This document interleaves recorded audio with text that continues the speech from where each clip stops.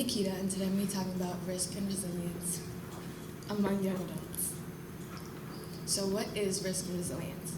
Risk factors are those personal characteristics that increase the person's vulnerability to daily stress, whereas resilience factors protect the individual against the negative effects of daily stressors. Young adults who can cope with the stresses of everyday life, as well as occasional crises, have resilience. They have the inner flexibility and strength necessary to bounce back when things aren't going well. Research shows that 1 in 5 don't have enough resilience to cope with stress, but can too much resilience cause unwanted risks? Risks that come with resilience. Here I have 2 quotes. Too much resilience can make people overly tolerant of adversity, and in addition, too much resilience can get in the way of leadership effectiveness and, by extension, team and organizational effectiveness. In a recent study, Adrian Fernham and colleagues show that there are dramatic differences in people's ability to adapt to stressful jobs and workplace environments. This raises a new question: how to have the right amount of resilience. Here I have, to achieve the right amount of resilience, I introduced the 5 pillars of it. The pillars include self-awareness, self-care, purpose, mindfulness, and positive relationships. Self-awareness and self-care. Self-awareness is having a clear perception of who you are.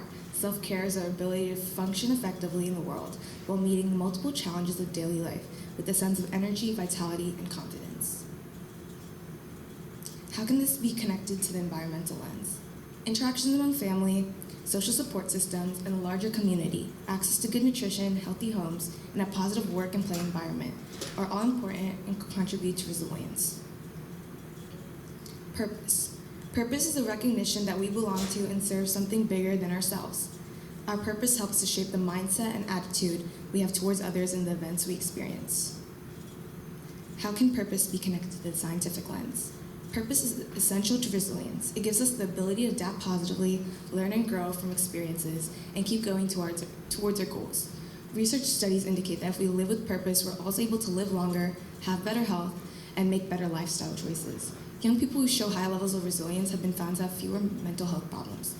Resilience can be situation specific.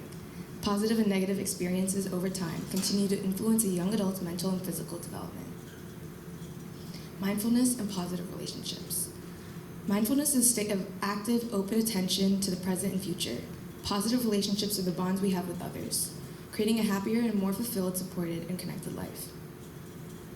How can mindfulness and positive relationships connect to the futuristic lens? People who are resilient can effectively cope with or adapt to stress and challenging life situations. They learn from the experience of being able to effectively manage in one situation, making them better able to cope with stresses and challenges in future situations. How can young adults build resilience? Young adults who are resilient are likely to enter adulthood with a good chance of coping well when experiencing difficult circumstances such as risks in life. I have 2 solutions. So solution 1, educational programs.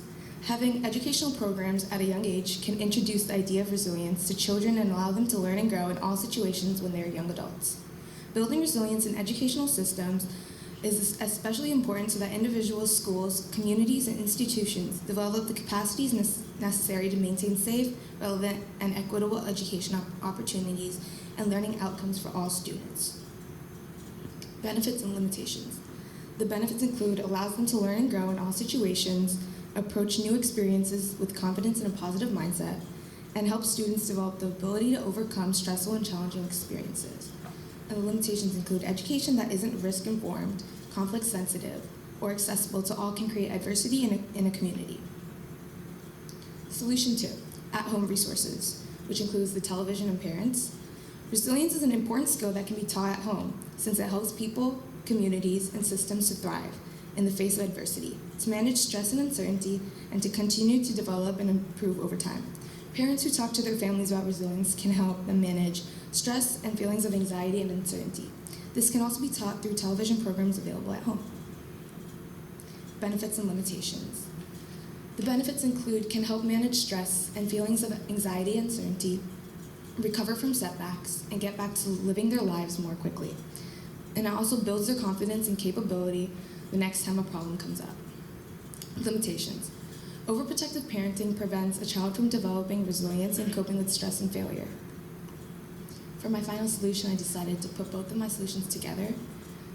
Three main points for my final solution include educational programs available for all ages, television programs to build resilience at home, and parents facilitating resilience at home. In sum, resilience operates within the social framework of daily life. It is an ability to develop positive bonds with peers, manage small challenges, and trust one's responsibility.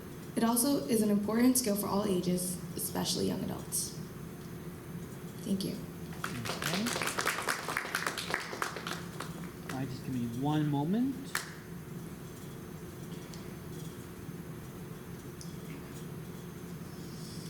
All right, so I have two questions. All right, first up, what information did you need that you were not able to find or locate? How did you go about trying to find that information? So something I had trouble locating is the statistics about having risks with resilience.